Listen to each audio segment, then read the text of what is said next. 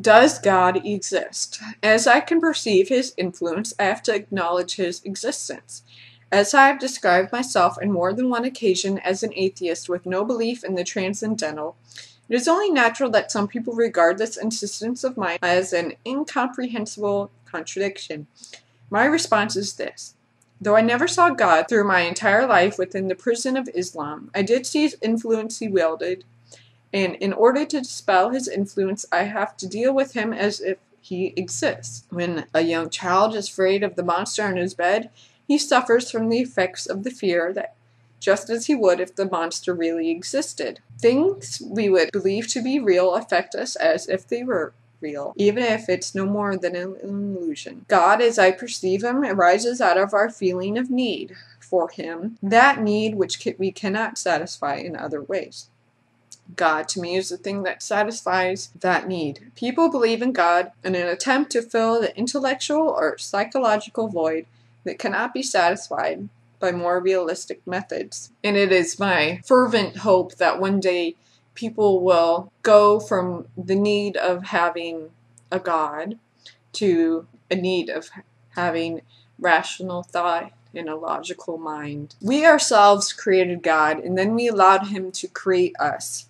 We shaped him to fit our need, and then we allowed him to shape us to fit his. We dressed him in our clothes, and then he dressed us in his.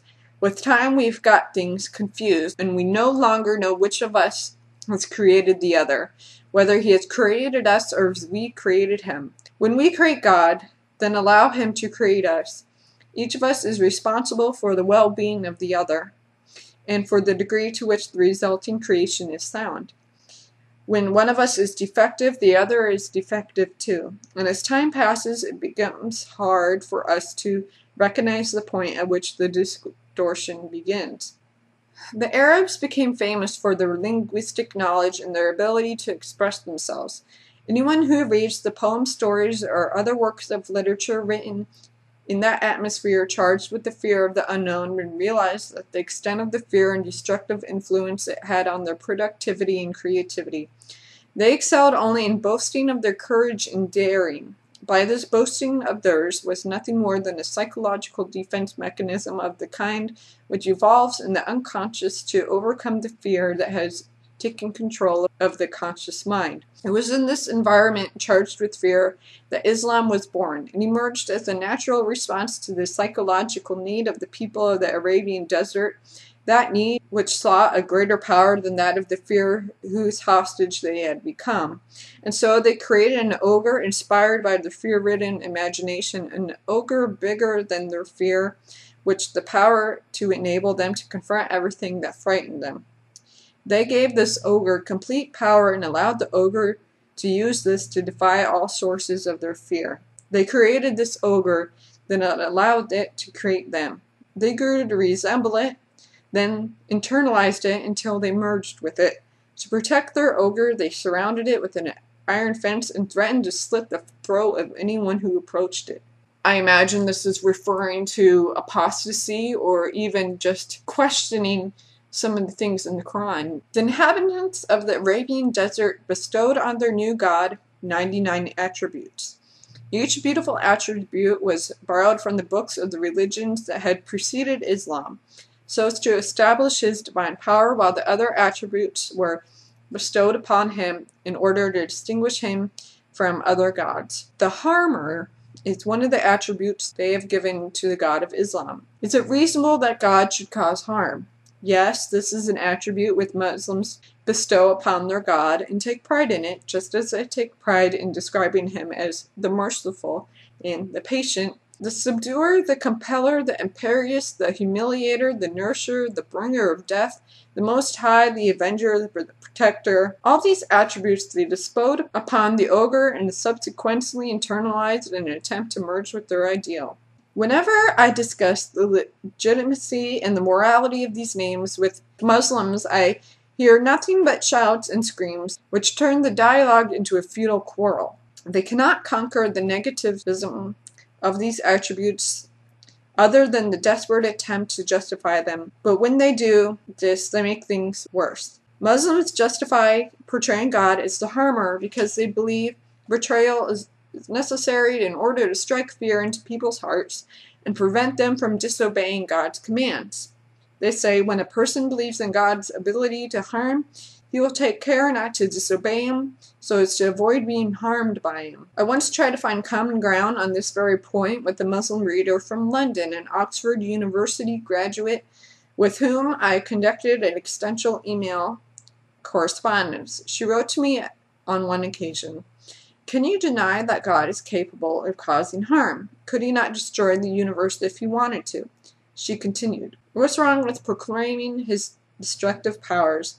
Isn't it necessary in order to prevent people from crossing the line and disobeying his commands?" I replied, "A father has the ability to harm his child when he disobeys him. But does he do so? Is that the proper way to educate our children not to overstep the boundaries we set for them?" The Oxford graduate responded, "There's no comparison. The difference between God's powers and that of a human being is much greater than the difference between a father and his sons." I replied, "But shouldn't God's wisdom's mercy and love far surpass the wisdom, mercy, and love of a father?" The exchange turned into a fruitless quarrel, at the end of which I heard only the emailed shouts of the Oxford graduate as she described me as a misguided unbeliever and apostate, deserving only to be put to death. Wafa married, she chose her own husband, and he too was questioning Islam and the way things were done.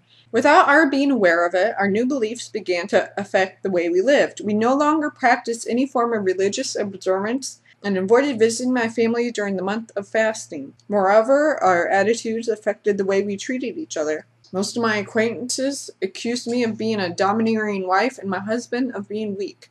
When a man treats his wife with respect and listens to her opinions, he is thought weak and she is considered bossy. Whenever my mother came to stay with us, she would express indignation at the way I treated my husband. If, for example, I asked him to bring me a glass of water while we're sitting at the dinner table. She was accustomed to a tradition in which a woman waited upon her husband and in which it was unseemly for her to ask him to do anything for her.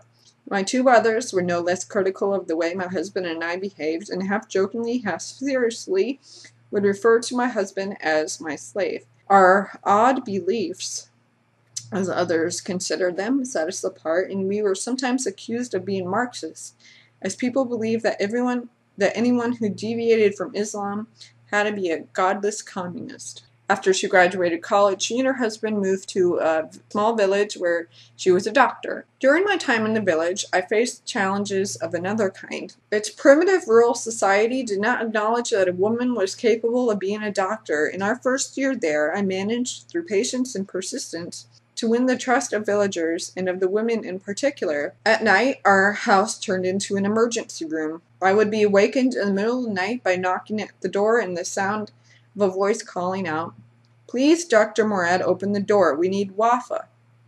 My husband is not a doctor, but the villagers call him doctor nonetheless, while addressing me by my first name. Because they trusted me, I penetrated further into their homes than even the rays of sun did, experienced firsthand all the secrets that lay behind their locked doors. What I found there appalled me and made me want to protest, but my voice was stifled by my fear for our own lives, which prevented me from speaking out against the injustices that I witnessed. It goes without saying that the men treated their women inhumanely, and in this rural society, they are even more pitifully exploited. Many of them gave birth in open fields, and I would sometimes be called out to help a woman whose labor pains had come upon her as she tilled the ground. My anger rose as I stood helpless, not knowing what to do in the face of such injustice. Sometimes I would exert my authority as a doctor and scream at the men, "Don't you feel guilty at all?" But they would just laugh and refuse to take my questions seriously. The exploitation of women as a workforce was not, however, my main concern. I was much more worried about the sexual abuse they suffered. Because I was a woman, I got to know a great many cases that a male doctor would never have learned of. By showing my sympathy for the women, I was able to win their confidence, and they told me secrets of the kind they usually took to the grave. Many had been raped, and most of the rape victims had fallen prey to male members of their own family, usually their own fathers.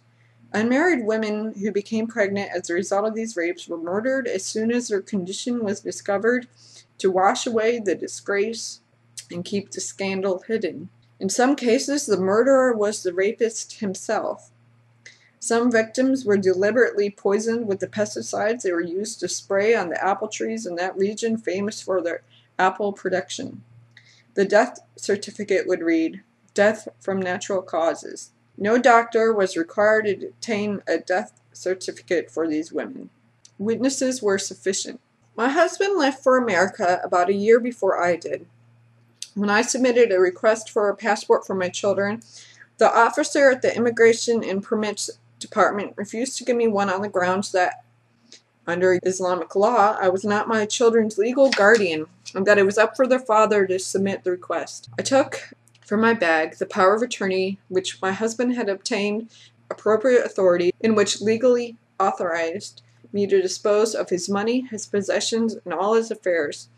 But the officer handed it back to me saying, "That is a power of attorney, not a proof of guardianship. It gives you the right to dispose of his property, but you do not have guardianship of the children." "But they are my children too, sir." "A woman is not the guardian of her children. Do you understand? What can we do now? Please, I need their passports and their father isn't here." "The only solution is for you to bring a man from your husband's family who will declare that he permits you the right to obtain a passport for your children." Only one member of my husband's immediate family lived in the same town as we did, and I had never met him in my life.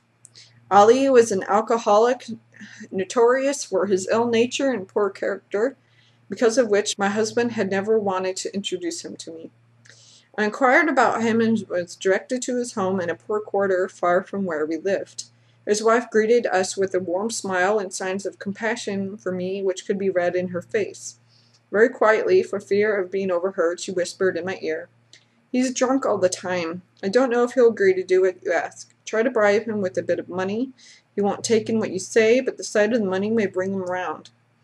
At the Immigration and Permits Department, after I stuffed 50 Syrian pounds, $1, into his pocket, Ali approached the officer in charge, holding out his identity card, which proved he belonged to my husband's family, without specifying the closeness of the relationship, and said, "Yes, officer. She is my brother's wife, and my brother has appointed me guardian of his children. In accordance with my brother's wishes, I shall not prevent her from acquiring passports of his children." When we left the building, I had the passports in my hand, but the anger grew inside me. A knowledgeable and respectable woman and a doctor, I was not considered fit to be the guardian of my own children, but a drunkard had the right for $1 to become my guardian and the guardian of my children.